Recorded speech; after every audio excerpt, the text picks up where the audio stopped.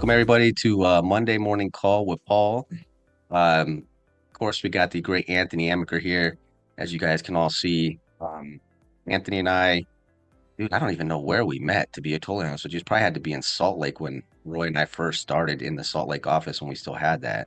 Um, but I definitely remember um, hanging out with you and JP and Isaiah there doing a little bit of Top Golf while we were out there when we first came out there. Um, but uh, I really wanted to bring you on because I wanted to talk about the bullshit, the BS that everybody hears about insurance, right? Myths versus facts, right? What's true, what isn't. And there's a lot of it out there. Everything from becoming like a sales agent to insurance itself, term, whole life, all that kind of stuff. But before we dive into that, just want to thank you for coming on and appreciate you, man. Yeah, of course, man. I appreciate you having me on here, dude. I'm excited to be able to share what I know, man. Hopefully it's valuable to some people here. And I gotta say, man, I know you were just in town and I didn't make it a point to meet up. So I apologize for that. But Oh, okay, I'm back okay. in a couple weeks, dude. So I'll Hey, I'm not mad at you. You know what I mean? I got my little lunch money from you the other day when we made that bet. So I appreciate you. I'll make it right, man. Don't worry. All right. So let's start first, man. For all the new people here, the emoji board, because basically we just saw numbers, right? I think it's something that, you really wanted to touch on and the importance of it, but also the unimportance of it, if that makes sense. Yeah. You want to kind of dive into that? Yeah, sure. So, I mean, when I first started, I think, and for those of you guys who just started and you look on the emoji leaderboard, right, you're like, wow, like you got all these people that, are posting these big numbers. And sometimes you kind of question, like, one, is that even, can I even do that? One, and two, is it even real? Like, or, you see people that post on the emoji leaderboard, 10 grand a week, right? And you're going, man, are they really making $10,000 a week? Right. And so I Yeah. think a lot of times when you see things in this business, I think a lot of times what you think is really isn't, and vice versa. What you think isn't actually is. So you just kind of have to have common sense, about in this business. Like, do you really think that someone's making $15,000 every single week? Like that's what they're making, so kind of use some common sense, right? But as far as when it comes to the emoji leaderboard, man, like, you get people on there that post, 10, 15, $20,000 weeks, and it seems like they're doing it consistently, right? Let's Then on give an Monday, example of let's give an example of me. I just posted 13,000, right? From Friday to today. One of the policies was a big policy. It was 8 grand. And that's fully underwritten. So I still have to go 3 to 6 weeks to figuring out if that even gets approved. And then we won't even get all the money up front. Maybe you could talk about that too, right? yeah, exactly. So I mean, you see people post these big numbers, right? But when you guys on Mondays, right, like we just did, and you pull out that issue paid report, where are they at? They're Hmm. not. Right. But they haven't even wrote 20K. But supposedly for the whole month of September, they haven't even wrote 20K. But supposedly for the week, they wrote 20K. How does that Yeah. make any sense, right? Now, it's because the policies, you might be submitting business, but if you're not issuing business, it doesn't matter. Okay. So I would rather be the agent on the leaderboard every week. That's maybe 7, 8, 9K every week. And I show up in the top 10 of the leaderboard, then be the person posting 20, 15, 18, 10K, 12K, but Absolutely. what we seen on the issue paid report, right? Because at the end of the day, we know that you get paid when the policy issue pays, right? So you can submit as much business as you want, but if it doesn't pay, it doesn't even matter, right? So don't always compare yourself to the person that's posting on the leaderboard, on the emoji board. Compare yourself to the people that are actually issue paying business, right? Like Usman, 42K for the month, number one, right? If I Mhm. had some questions in this business, I'm going to talk to Usman because he's clearly doing something right. Okay. So on the flip side, the emoji leaderboard can be very powerful, right? Because it can kind of give you insights into, what is possible, right, in this business. What I mean, you've seen, you just posted 13,000, right? People were, Casey last week, I think it was like 20,000. That's possible in this business, right? So Right. don't necessarily take it for gospel, right? But you can use it as kind of motivation that, hey, this is possible. And it's not rocket science. I'll, So I'll say that's kind this of how I too. If you're always posting 1, 2 grand a week, then you're definitely not issue paying in the top 10, right? So definitely. it kind of goes both ways. You gotta submit enough business, and it makes sense that you're on the issue paid top 10. But you, My rule but of you thumb, Paul, is I want to issue pay at least 80% of what I'm submitting. So if I absolutely. submit 10K, I want at least eight of that to issue. Okay. Because we all know clients lie, some things don't get approved, maybe their Right. first payment doesn't go through. Some things out of our control to some extent, right? But if you're, only issuing 50% or 40 or 60% of what you're submitting, you're doing something wrong. You're either writing the Definitely. wrong product, right? Or you're writing too Tax. much product, right? There's something Yeah. you're doing incorrect. So work Yeah. with your manager, work with the people that are issue paying to figure out what tweaks you need to make to improve that number. Yeah. This goes perfect into our next subject, right? Which is everybody, comes into this business is thinking their commissions is their paycheck, right? Mm. Which is a quick way to get you in some serious trouble. Can you explain to people what an advance really means, right? And how you should be structuring your pay? Yeah, man, I fell into that trap in the beginning. Only Me because too. I was a W-2 employee for all of my working life up until this business, right? Yeah. So Yeah. whenever I got a paycheck from my job, it was my paycheck. It couldn't charge back, right? I knew Right. it was pretty much the same every 2 weeks, right? It was very Hmm. consistent, and I didn't have any expenses. The only expense I had was the gas it took me to get to the stupid, job or whatever, right? Right. Right. So this is very different, right? We understand now that we're business owners here. So you have to change your mind from an employee mindset to an employer mindset, a business owner mindset. Business ops. Yeah. Business owner. And that's not easy to do. That takes work on your guys' part, right? Whether that's diving into different podcasts or speaking, I get questions from a lot of people on here. Hey, what do you do with your LLC? And then do you pay yourself this? And how do you manage your bank accounts? And those are all great questions. So it takes Corporation or work on S your corp. Yeah. Mhm. right. It takes work on your part to kind of hone that in. It's not just going to come to you, right? You have to go find the answers. But what I can say about it is yes, when you get money coming into the business in the form of a commission, that's not your paycheck, right? That's your revenue. That's your business revenue, right? And just like any other business, we have Speak about expenses, it. right? Yep. We have expenses. We have, obviously you have taxes that aren't taken out of your check like a W-2. That's another Mhm. thing in your mind that you got to be taking note of. And, hey, how am I going to systematically make sure that, quarterly or semi-annually or yearly, I have enough money for taxes, right? So it's something that it's a responsibility that we all have as business owners, right? And so, what you don't want to do is you don't want to because here's what I see happen, Paul. I see people come in here and sometimes they get off to a great start, dude. And they make 5, 10 grand in commission and they treat it just like they treated their paycheck at their previous job. And Right. they feel like they can just go spend it because that's what they're used to, right? But they don't realize, hey, I got to take out money for taxes. That money can charge back. I got to go buy more leads. I got to pay my CRM fees. Maybe I have a dialer. I have different expenses. So you My got to job's be not paying my health care. I got to right. pay my own taxes. Got to make sure you have a tax account. And then are you setting yourself up for retirement? Are you putting money aside for your own retirement? Because nobody else here is doing it for you, right? And I think that's some huge things that you really are your own company. And so everything that a company would provide for you as a W-2, you are now providing for yourself. But that also gives you so much more leverage because now you're making the decisions on what's best for you instead of just whatever they throw into your, 401k, picking the fund for you. You don't have choices, right? Here, I think you have a lot of choices, but it's also important to seek the right help on how to do all that because, none of us is really trained that way in school, right? And so that could be huge. But the most important, would you agree, is taxes, lead account. Especially in the beginning, got to make sure you have enough money for leads, putting money aside for taxes, budgeting really well, conservatively for your expenses like rent, car, all that kind of stuff. What else do you think would be really important for somebody in the very beginning? Yeah, I think for me, it was just consistency. It was if I had a bad week or if I had a good week, I just did the same activity, right? It was, hey, I might have made 10 grand, right? Or whatever. But I almost had this healthy fear that it could just charge back tomorrow. So Mhm. every day, every week, I just started back at zero, no matter how much I wrote on the emoji leaderboard or how much was deposited in Issue my paid. account. Because I'm like, I don't know. I can't necessarily like I hope it doesn't charge back, right? But I don't know that for sure.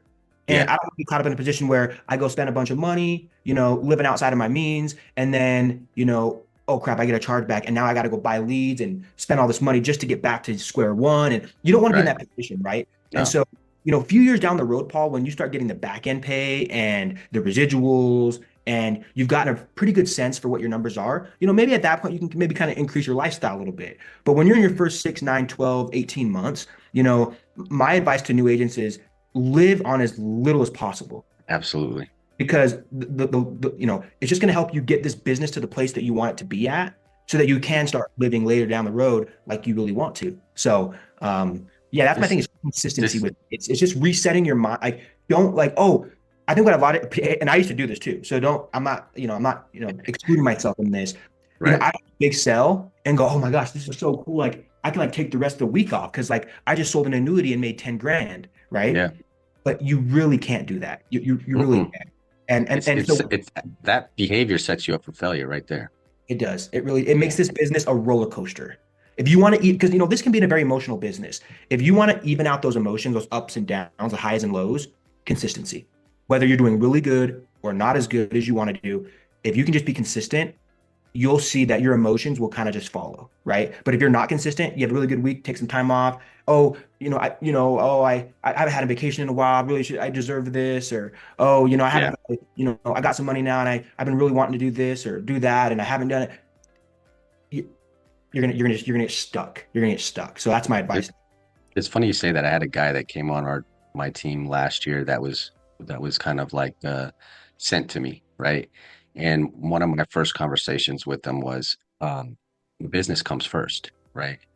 A weird feeling, right? Wife, kids, everything else comes second because the business is what pays you so that you can feed the family. So if you keep putting everything else before the business, you're not going to last long. And he didn't last long. And on the exit interview, he was like, it really hit me hard that I realized I'm a W-2 kind of guy because I can't put the business first.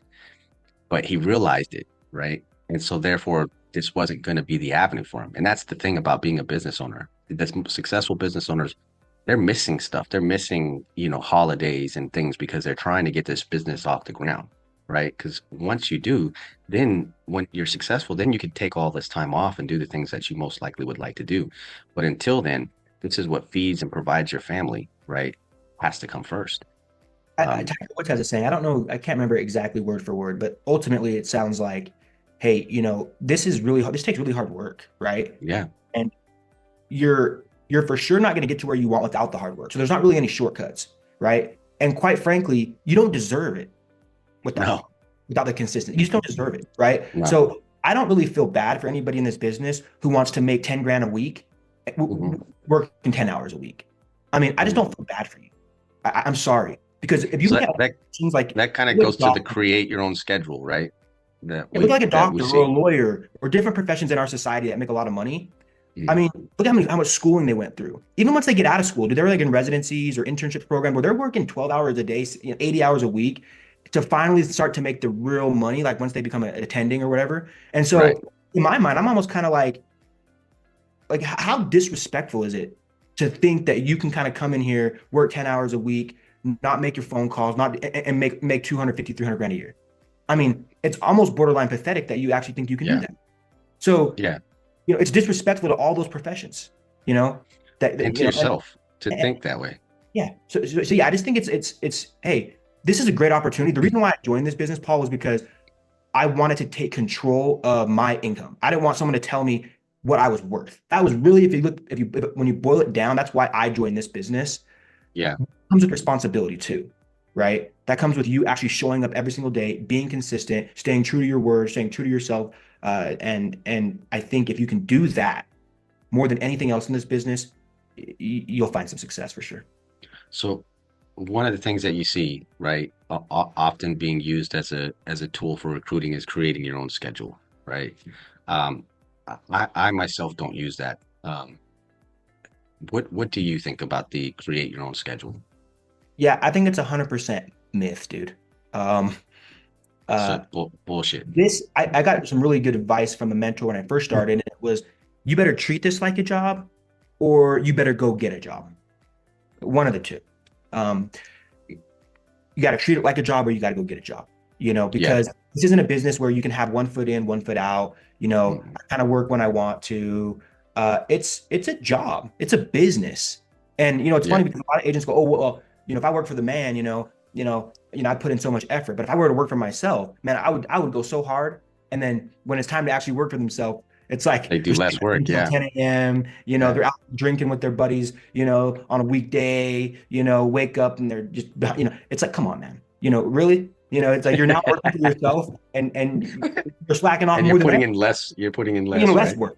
You're putting in more work when you were working for someone else. I mean, how crazy is that, right? Just say you Eli get put 3% Eli raise. put Eli put in the chat, uh, better better treat it like a job or you're gonna have to go get a real one. Well, It's exactly. true, man. Yeah. So yeah, that create your own schedule. It's sort of a myth, right? I know everyone's situation is different, and Yeah. I'm not saying that like if you're like a single mom or you have different, you can't like work this job around your schedule. I'm not saying Right. that, right? But what Right. I am saying is it's not this you can just fly by the seat of your pants type of job. I Whenever I think bring that anyone on board, I say, hey, I don't care what your schedule is, but you need to have one, and you need to live, absolutely you live know, by it, and consistent. live by it. Yeah. Yeah. So whether you work the evening shift or the swing shift or the morning, I don't care. But yeah, you're not just gonna wake up and just, oh, should I get leads today? Oh yeah, I need more leads.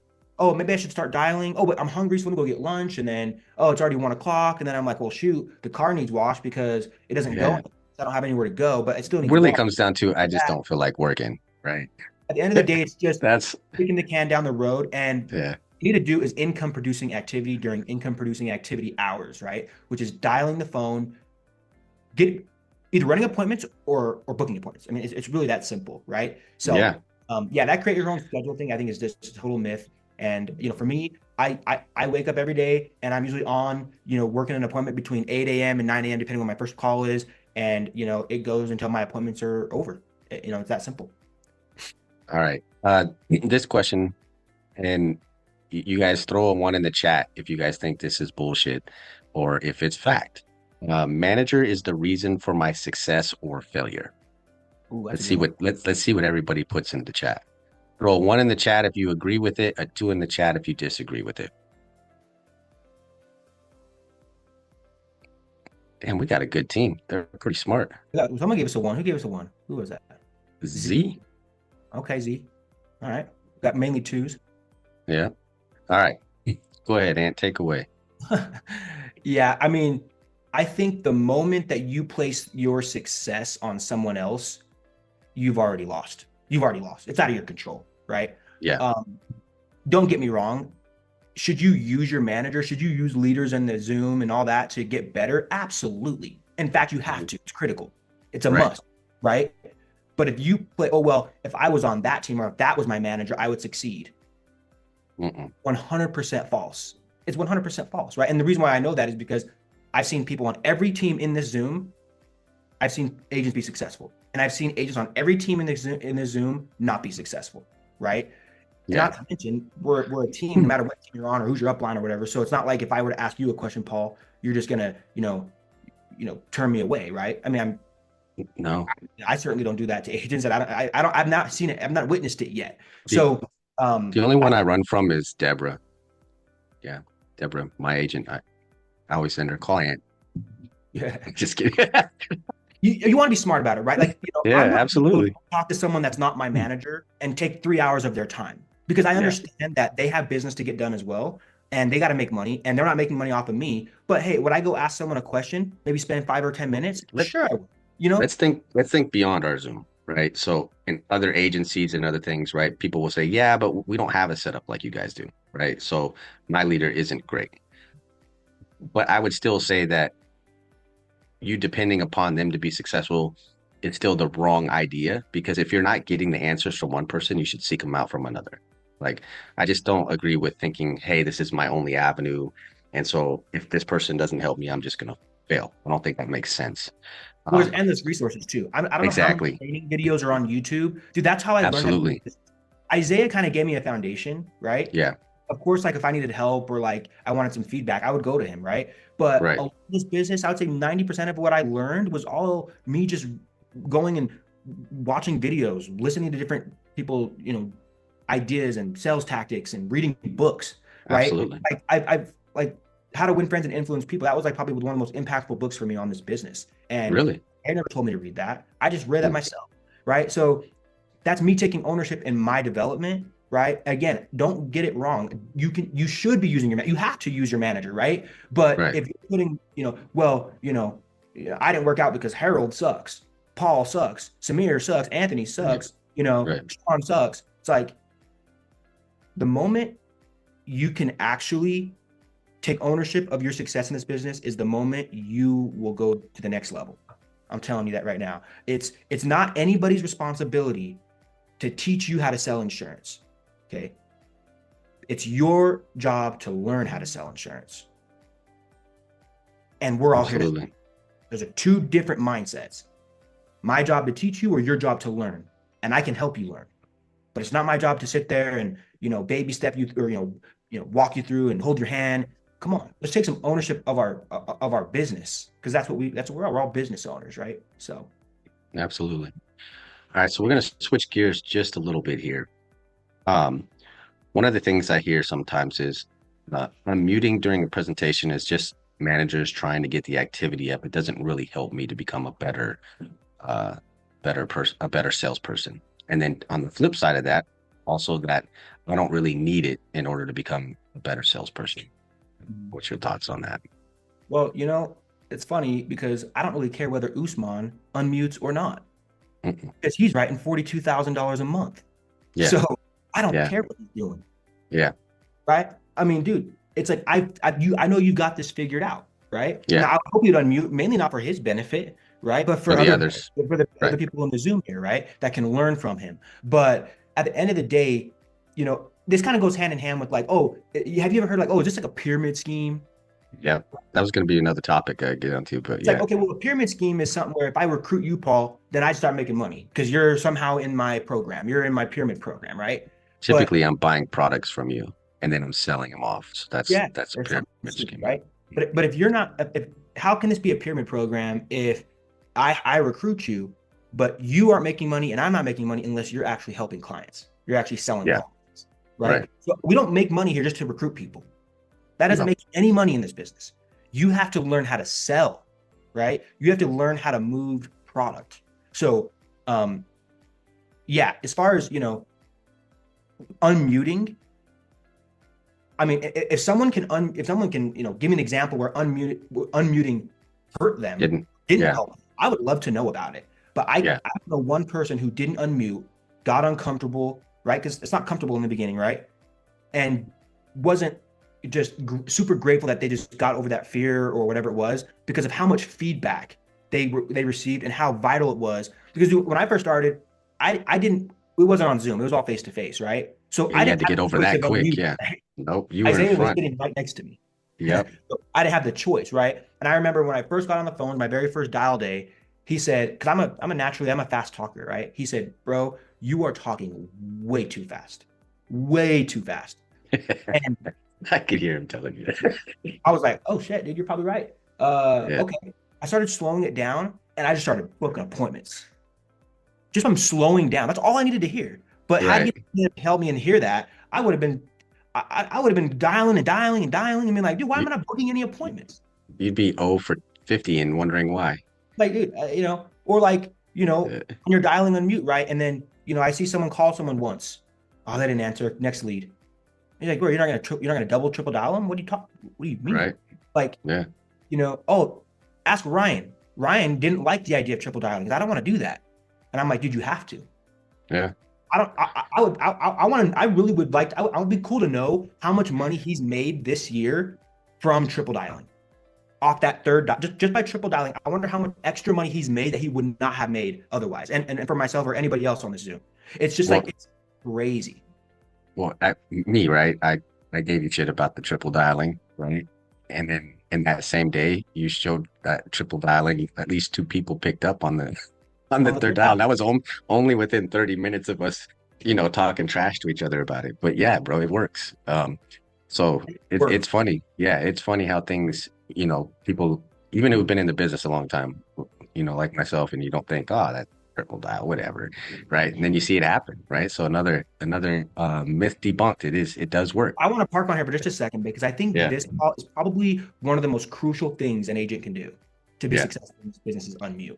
I really do believe that. mhm, You're nervous about it. Understandable. I get it. Like I really do. I understand being nervous about it because you're like, these people might be judging me. If, I'm probably Hmm. going to mess up and say something that's silly, and I don't want to look stupid in front of these people, right? So I understand the fear, right? But it's really the difference between you succeeding or failing at this business. It's that critical. It's like business life and death, I believe. Absolutely. No, I So agree. it's Yeah.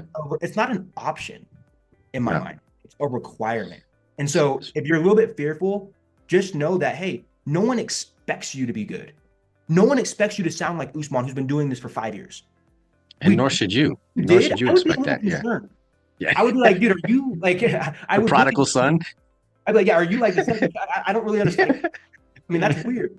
Like, Yeah. so What? we know you're No not going to training. sound Yeah. good. That's the whole point because we Yeah. need So to we give could you help you. critical feedback, right? So, Yeah. and also, it's going to help you help more people, and that's really what we're all here to do in the first place, right? We have to help Mhm. people. So, if you don't unmute because you're nervous or whatever, what if you don't help a family because of your inability to communicate?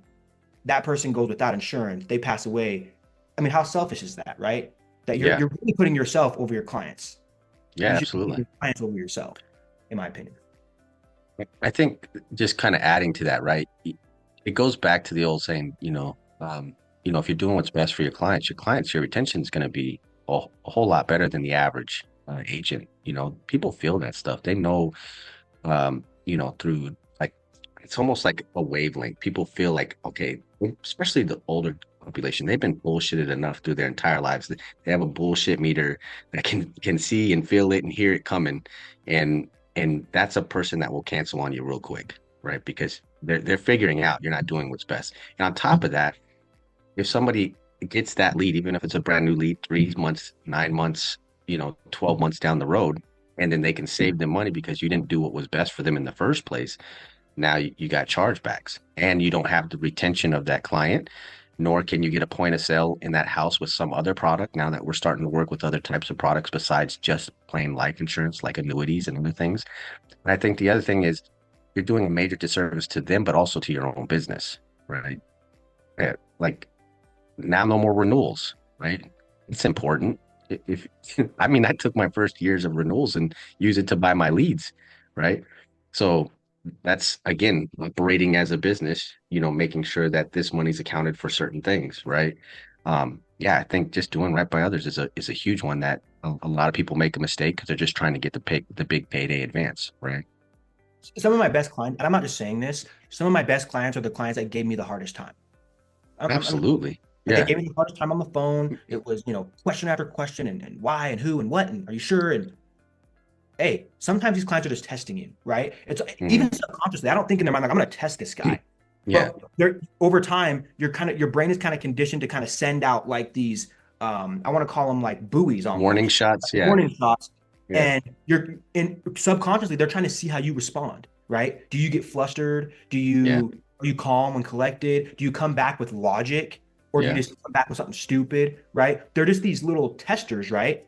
And when they kind of get the sense that, okay, this person knows what he's talking about, this person's, not super like, desperate for the sell and that kind of thing. Yeah. That's how you win them over, right? So, yeah, that's what I'll say about that. Well, let's jump into the next uh possible myth here. Okay. Um, IULs are the best product on the planet. Throw a one in the chat if you guys agree. Throw a two in the chat if you disagree. I think we'll get some mixes in this one. I think we'll get some, yeah, for sure.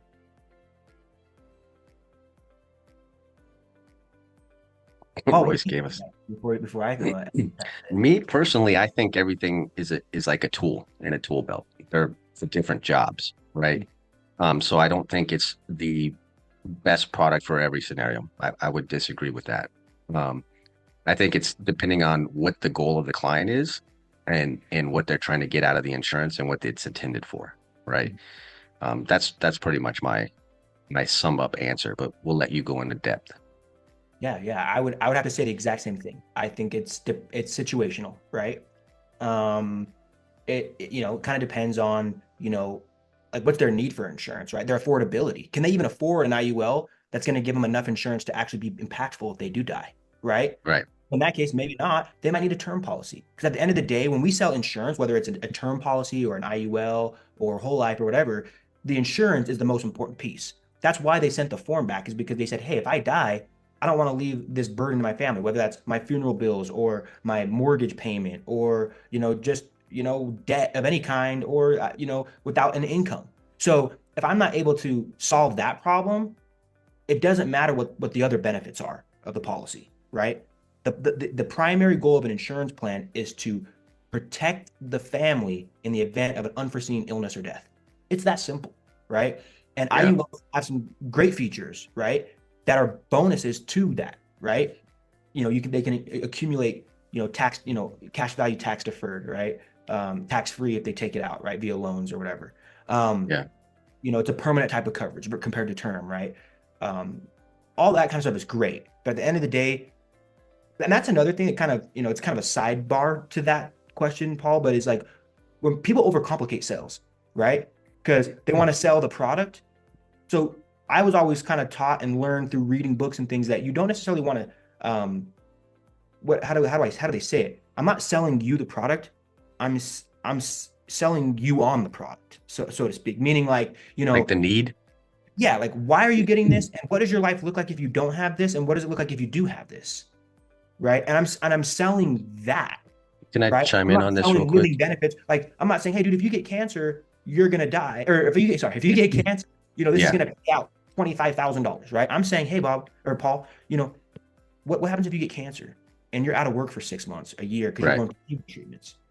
A lot of people that can completely derail their finances, right? And while on top of you trying to get healthy again and trying to get better, you're having to Yeah. worry about covering your mortgage. This policy ensures that if God forbid that did happen to you, Paul, um, you can focus on getting better, right? And not having to Yeah. worry about that on top of everything you're going through. Does that make sense? Yeah. That's way more impactful than just saying, if you get cancer, Paul, this such and such amount, Yeah. right? So, So something I noticed, excuse me, not just new agents, but I also see agents that have been around a long time, right? Make the same mistake, and that is not getting the true why or the true goal of what it is. So then not being able to decipher whether an IUL term or a whole life is going to be the best product for them in that situation, right? Now, I think sometimes people don't ask enough questions, you know, at a certain point. They stop at a certain point on the why, like who is this protecting? Oh, it's my wife. Okay, perfect. And kind of stopping there. Okay, what does that look like? Why are we thinking of your wife in this manner? Like, what's the purpose? Oh, I need 500,000 of coverage. Why do you need 500,000 of coverage, Anthony? Right? What is it that we're trying to protect? What bills or what things are coming up? And then letting them kind of explain all that, because that's them selling themselves as they continue to talk about it, right? But it's also figuring out, oh shoot, okay, this guy has a 15-year house payment, right? That's what he's really trying to protect, right? So you might have got it as a final expense or some kind of other lead, but you didn't ask enough to figure out what's the real reason he's getting it. What is he really trying to protect? What is it paying off? And so therefore, now you've got the right product. So maybe an IUL isn't the right one for him, right? Or this client says, hey, I'm 25. I've heard about these IULs. I want to put 500 or 1,000 a month into something that I can benefit off of later in life, mhm. right? And I think that's why, for me specifically, I think each insurance product is a tool in your tool belt, and each one is for different scenarios. Some might need a combination. I've had people where I got a term for their house payment, and I got them a whole life for their final expense, right? Mhm. And I think that makes sense. Um, so that's just sort of my idea about it. Well, I think you just summarized sales, right? You kind of put it in a nutshell, which for Yeah, me is, what is sales really? Well, it's you solving some kind of problem, right? absolutely. And it's you transferring your thoughts and ideas about their problem and the solution. You're transferring your thoughts and ideas about it while the entire time they feel like it was their own idea. That is sales to Yeah, me. So whenever I'm yeah, going through a sales call, I'm like, hey, did I uncover some kind of problem? Because if hmm, not, there's no solution because there's no problem. Okay. That's the first right. thing. Is there, and what is the problem? And Hmm. number two, what is it that's going to solve the problem? And when I do pitch the product, how can I pitch it in terms of their problem, not the last client's problem or the client before that or the next client's problem? How can I pitch this product in terms of their problem? What is the terms that are important to them, right? So I'm uncovering the solution and I'm Yeah, providing or I'm uncovering the problem and I'm providing the solution. I think that's the two things that a new agent struggles with the most. And I think the reason why they struggle with it is because they don't know what questions to ask, or they don't know how deep they need to go. Right. Right. They maybe need to know to ask, like, oh, well, who's the beneficiary? Oh, well, it's my wife. Okay. And that's as far as they go. Well, I just assume that your wife, you just want it paid off. But why do you want it paid off for your wife? Does she not work? Does she Yeah. work? How much does she make? What's the mortgage payment? Can she make? Here's a question you could ask your people for you guys just getting started. You can ask them something like this. It doesn't sound very abrasive or manipulative. It's just, hey, Paul. So if God forbid you did pass away, who's going to cover your your mortgage payment? Who's going to be stuck with? Who's going to be stuck with it? Wife. What, your wife? Okay. Hmm. And I always like to ask because everyone's situation is different. So if God forbid you did pass away tomorrow, do you think it'd be easy for her to cover the loan? Like just super easy? Would it be difficult for her, or like some families, do you think it'd be impossible? Yeah. Yeah. It'd be pretty difficult. Pretty difficult. Boom. That's a Yeah. great way to ask the question. Did it sound invasive to you, Paul, or did it sound like It, manipulative at all? there's one more question I ask with that, right? Okay. So it looks like you've thought of how to make sure the house is paid off, right? With this insurance.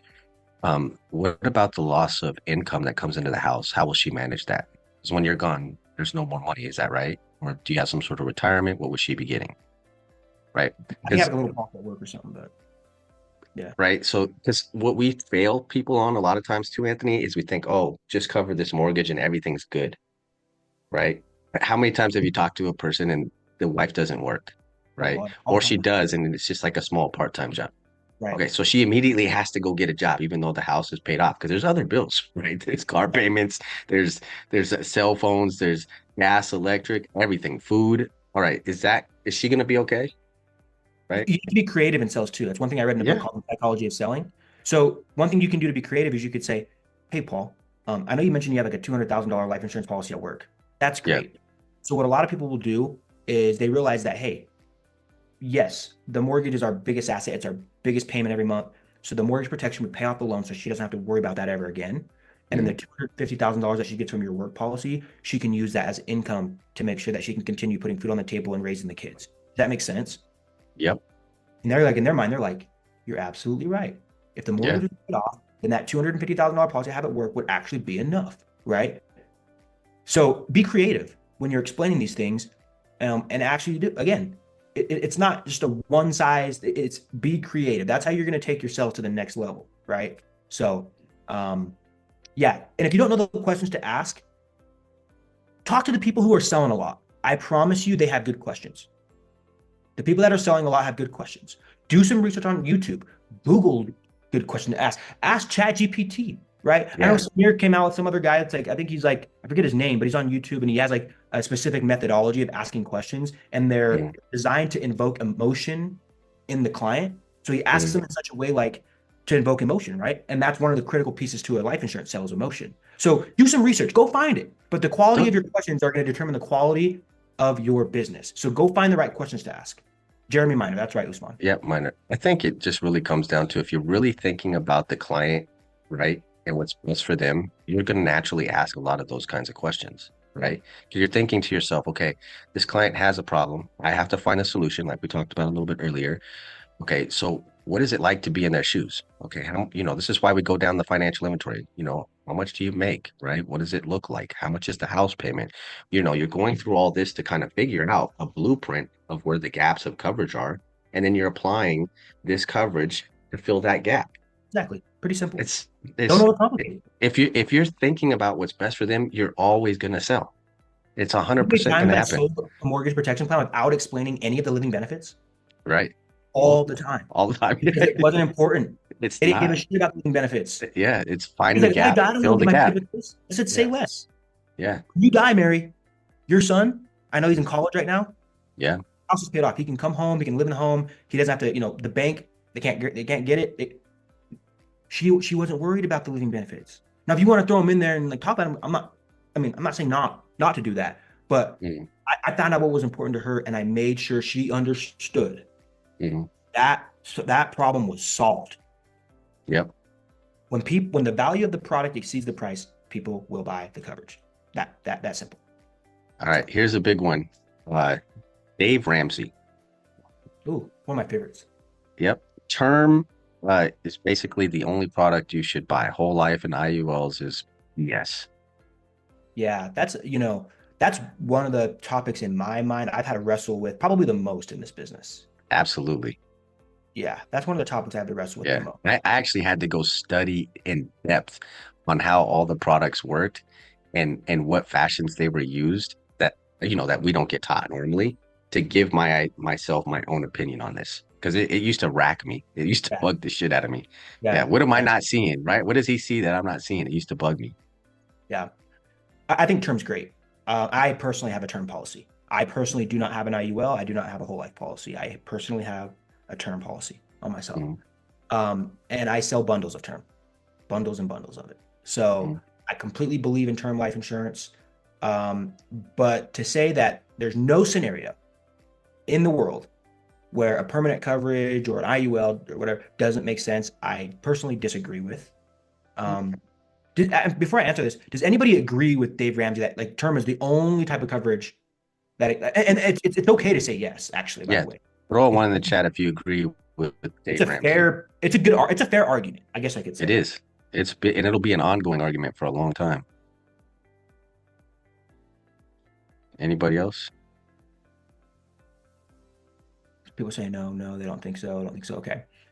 So what I'll say is in the beginning of doing this business, I felt that way.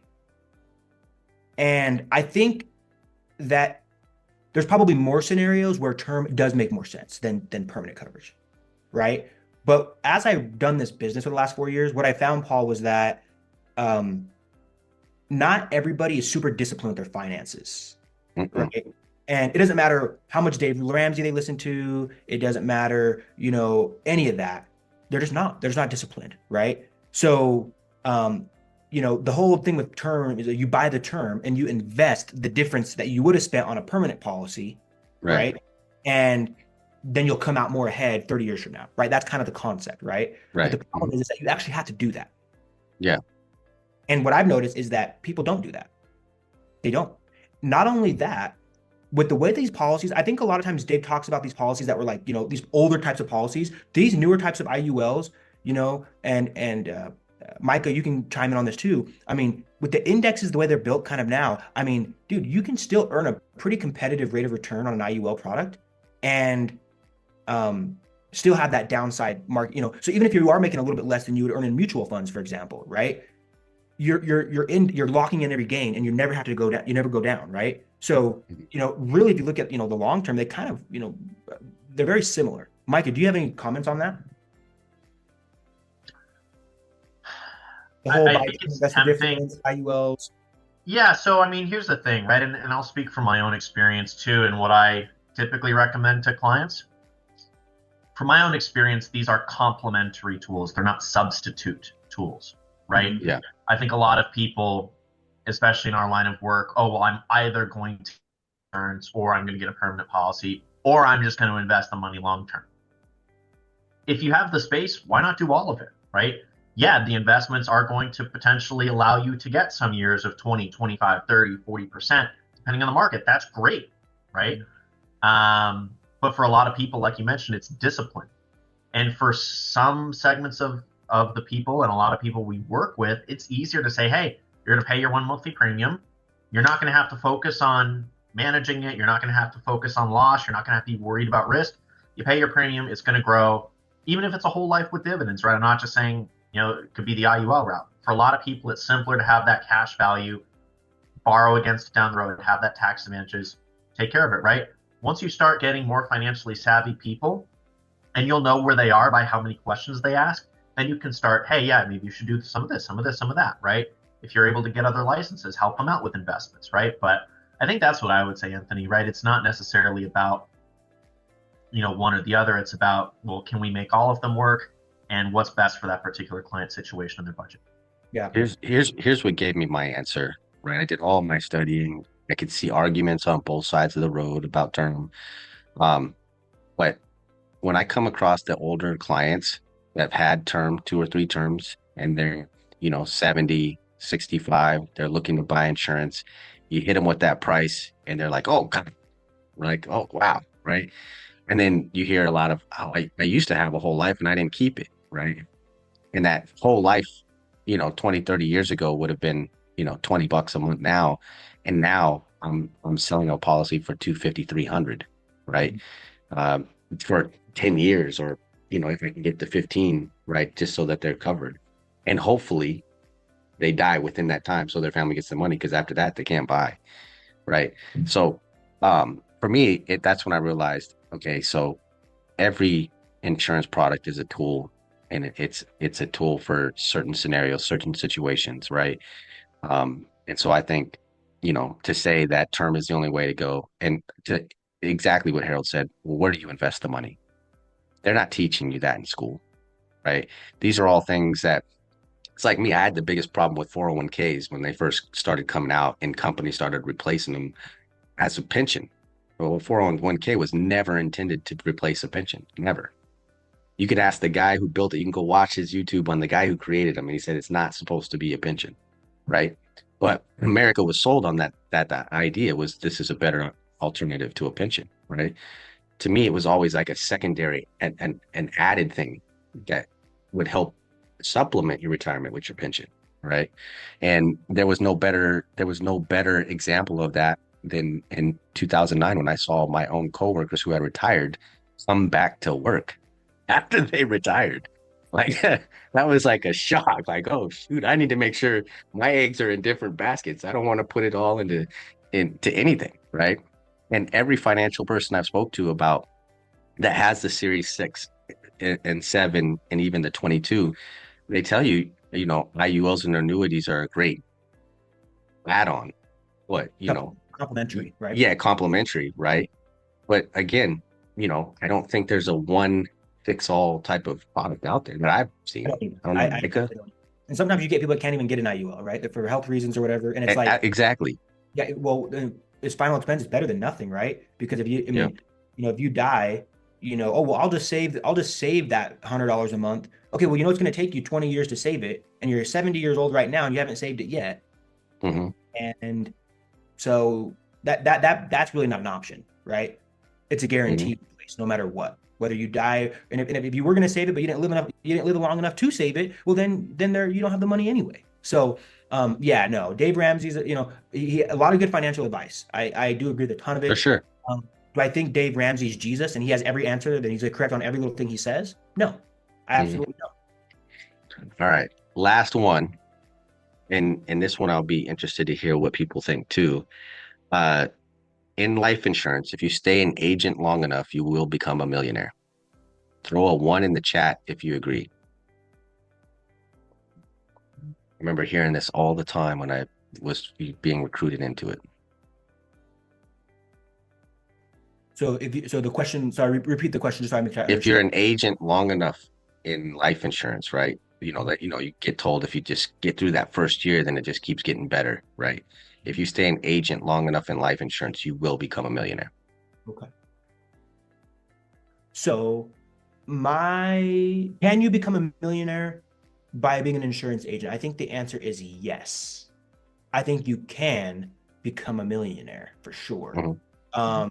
Because you can sell a lot yourself. If you just want to come in here and sell, you don't want to build a team, and you just want to sell, and you can be Hmm. like Sean and Micah and all these top agents on here, Elijah, you know, you can make 200, 300 grand a year, Right. definitely possible, for sure. And if you invest your money, and you open up, different investment accounts, invest over time, yeah, you will eventually become a millionaire probably, right? If you're smart with your money, you live within your means, and if you guys, like I say, invest it properly. Now, I think maybe what you're asking is like, can you really get out of the rat race if you don't build a team? I think is really what you're trying to ask. And I don't think you can with just selling, right? Because if you're just selling, every year you kind of start back at zero, right? Hmm. And so you got to keep selling to keep earning, right? And some people, they like that. They're like, hey, I don't want to focus on anybody else. I don't want to have to be responsible for anybody. So I would rather Right. become a subject matter expert, almost like a doctor or a lawyer, right? Or, some of these professions, right? And that's fine. That's great. That's awesome, dude. But if you do want to build a team, it can get bananas quick, dude. if your team really does well. And I think that's one way you can kind of get out of that rat race, so to speak, where you're not like grinding day in and day out to where you have Yeah. to go run 10 appointments a day Well, to get that 300 grand a year, right? You and, can have more managing a team and, even and sell this. there's gonna be a point where you have to pull out of the fields because you're gonna have too many phone calls and you got to help the team because the team's gotten too big, right? Right. For sure. So yeah, I think the cool thing about this business, Paul, is that there's multiple ways you can go about it, Mhm. and the world's kind of your oyster. You know, it's the downside is there's no guaranteed promotion here, right? There's No. no, I'm here for 5 years, I get promoted to this level. If I'm here, I get promoted. There's none of that here, right? Mhm. But the cool thing also is that you can go make 300 grand this year if you really want to, if you want to put the time in, the effort into getting better. And you can't do it Absolutely. with any other job, right? So not to No. mention, like I know we talked earlier about like creating your own schedule and how it's really not a thing, but at the same time, like once you're here a while, dude, and like you want to take a day off to go skiing or go on a vacation, or whatever, you can. You don't. You're not. You're not responsible to any manager or something like that, right? You are your own boss, so you can do those kind of things. And I've been able to do that, as I've kind of been really consistent in this business over time. I've been able to just, go on vacations if I don't abuse it, right? But I go on vacations and hey, I'm not working today. It just dumped like 3 feet of snow in the mountains. I'm going snowboarding, you know, um, Yeah. whatever the case is, So, um, I don't know if that answered your question or not, but No, I think it does. Me, when I hear like all or never, right? Or these types of words, like automatic red flags for me, right? Yeah, you could be a life insurance agent for 20 years and not be a millionaire because you just sure. suck, right? You didn't, you didn't ever learn. You never put yourself in uncomfortable situations to get better, right? I think everything is kind of like circumstantial, right? I remember Like, being like on a recruiting like in early 2022, late 2021, and I talked about, oh yeah, I've been an insurance agent for 30 years, and mhm, blah blah blah. And I'm like, oh okay, like how much do you write? How much do you? Oh, I write like 5K a month, 10K a month. mhm, I'm like thinking to myself, like, dude, I've been in insurance for 2 years back then, mhm, right? And I'm writing triple what you're writing. mhm. The difference was just the mindset. You're just reliving Absolutely. that same Yeah. year over and over and over again for the last 30 years. You didn't get better. You didn't read any books. You didn't watch any podcasts. You're not trying to understand how to get better lead flow, how to, increase your sales, closing ratio. You're literally reliving the same Micah year. said he had a 50% comp too. Like he was looking at the Yeah, that could opportunity, kill you right? too. Yeah. He was finally trying to figure it out, right? No, it's like, dude, you've been living the same year for the last 30 years where I've Yeah. literally, invested a lot of time and energy in the last 2 years to get better. Yeah. And that's all it takes here, right? Yeah. So yes, you're right, dude. You could work a million years and never get better, never earn more, right? Or you Mhm. could take the ownership and say, I'm gonna make this my year. Yeah. Like this year is gonna be the year that I'm hitting Hall of Fame. I'm writing 400K this year, no ifs, ands, or buts about it, and you will do it. You will There's do it. there, there's one guy that always I think of when it comes to this business of, of losses and wins, right? Um, and why sticking in this business can make sense, right? Is Harold. Harold has been to several different agencies. He's built systems up, had them taken away, and then rebuilt them again in a new place, and boom. I can't help it, Harold. It's because every time I look down, I see you, bro. You know, and so, but for real, man, like this guy, like I remember when I first met him, Thank you. and Thank you. the person that that he was helping at the time, I was like, man, you better listen to them because that guy's got it, bro. He's got the system down. He knows exactly what he's doing. And Can you've I seen it. You've seen him come to Family First Life can I and chime in? build another big one. Nah, not I really, can. man. All right. Well, let me I just know. go ahead, go ahead. As far as like this business goes, I hold on. I put it in there. It's eventual, right? Eventually Yeah. it'll work out. Eventually you'll figure something out, right? And Hmm. the thing is with this business, there's not one way to do this. It's just like any other business. There's multiple ways to do this. Yeah. It can be as an agent, it could be as an agency owner, building your agency. There's really not necessarily like you have to do it this way. But the reality with this is that there's a lot of examples. You need to follow one, right? You can't go and follow four different ones and go, I'm not sure why it's not working, Paul. I have this way, this way, this way. I'm copying them all. But it's like, no, this one was done this way for a reason, right? And Yeah. then you're mixing it up and you're putting different parts into it. It's not going to function the same exact way. Okay. And again, yeah, I've been in the business for a very long time. I've built an agency, got all these unfortunate series of unfortunate events in other agencies. I Not didn't mean really to bring those unfortunate up, events, man, but but at the same but time, like you've proven success over and over, right? yeah, you And I know, think that's important for people to understand. Like it doesn't matter where you start, right? yeah, Well, it's a exactly. copycat business too, right? So like if I see you, Absolutely. I'm like, hey, let me just copy you because you're already getting results. And Hmm. right now, quite frankly, I need results. Now, Exactly. if I'm a year into it and I'm like maybe wanting to kind of change it up a little bit to my style, well, that's great because Yeah. I've already gotten the results I need, and maybe I want to, experiment with different things and stuff. And that's great. But when you're Hmm. just getting started, yeah, do what we already know gets results so you can get it off the ground. Yeah. Once it's off the ground, then you can experiment a little bit. I just had this conversation with some managers and it was based on results, right? It's just based on where you're at, right? It's look at your situation. Are you where you want to be? Are you happy with the results? You doing what you're doing, has it gotten you to where you need to be? And if the answer is no, then you need to make a change for the better, right? You got to make the change. Doesn't matter whose way it is. What matters is the result, right? You can sit here and be stubborn and have that ego trip all day long and just sit there and watch other people keep maybe getting better and better and become more successful, but your ego is stopping you from doing that, right? Because it's not my way. It's not the way that I want to do it. I want to do it this way. I want to do it that way. I, to me personally, I don't care what way it works. I don't care. I'm gonna do it the way that works because that way, that one's getting the results. This is what we're doing. I'm gonna go that way. I don't care. Well, it's not my style or not my way. I don't care. My way, my style already didn't work. So what's the point? I already lost. Like, Mhm. why am I gonna keep doing that and think that it's going to work? I'm just gonna, you know what, chalk it up. You know what? That was a learning situation. Let me go run this play. This play is working. I'm watching it. I'm seeing it. I'm just gonna run the play. It is what it is for my own good, Yeah. anyways. My ego don't pay bills. Me doing my way hasn't been paying bills. Me doing, not wanting to do it that way because it doesn't work with what I want, and all that crap Or it's doesn't pay not your bills. glamorous, right? It's not Yeah, glamorous. It's yeah, not exactly. I I, know. I don't, you know what I mean? It's funny because it's like, we listen to like Isaiah Tatamy all the time, right? He was driving a Camry that he was too tall for. It's like, it's not sexy, it's not glamorous, but this guy built a ridiculous agency. Cool, I'm Yeah. gonna follow. Yeah, his way works. Cool, I'm gonna run it that way. You know, and that you follow it, and then at a certain Yeah. point, you're like, all right, what can I do to enhance this? And this is why, when you're at a certain level, everybody thinks that it's a competition, right? You're competing with this, competing with that agency, competing with that team. It's not true. You're at a point where you're at the top where you're collaborating. Different ball game. Everybody thinks it's different. It's like, no, we're this is at a certain level, it's all collaboration. It's like, what can you add to me and what can I add to you? Let's make that work. Let's do it. Let's run it. Right? People think that, oh, I have to give up something. I have to give up a piece of my business.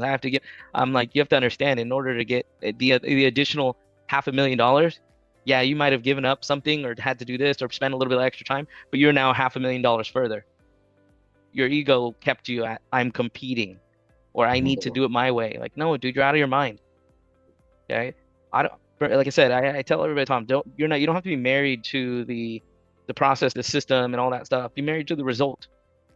Yeah, what result am I trying to achieve? Who's doing it? How do I copy it? Right? And you have to think about what we have here in our entire agency. Everybody has it's a duplicatable process, and everybody's willing to give you exactly what it is. So it's your own right here that is going to prevent you from that. So I've had a lot of conversations with managers in the last like week to 2 weeks. It's like, get out of your own ego. I get it. You're this. I'm that. I don't want to look like this. I don't want it to be. Dude, keep doing that, man. Keep doing that. This is a business. There is no exactly how this business has to be ran, because there's plenty of managers out there doing 1 million, 2 million, 5 million, whatever it is, that do it completely different from how our agency is doing it. Right? It's true. But you have access to what is already here. Take it, run with it, and go with it. Why think like, oh, I'm gonna do my own thing? That's such a trip for me when I hear it. I'm like, keep doing it your way. You're getting the results that you are obviously not happy with, but your ego is preventing you from changing. So, hey, man, keep doing it. I'm cool with it. I'm not gonna stop you, But when the I told you so time comes, let me know. Hey, yeah, those are my favorite times. It's Yeah, funny. that's just my 2 cents, man. But again, to add to that too, can you be a millionaire from this? Absolutely. Here's the thing too. You have to remember this. Being an agent, being an agency owner, whatever it is, I promise you later on, your goals, your path, your crossroad is going to change. You might say right now, I just want to be an agent. But a year, 2 years, maybe, I don't know. Like it could take a year, it could take 10 years, just like what Ant said. Mhm. There's going to be a crossroad where you're going to go, do I go this way or do I go that way? Right?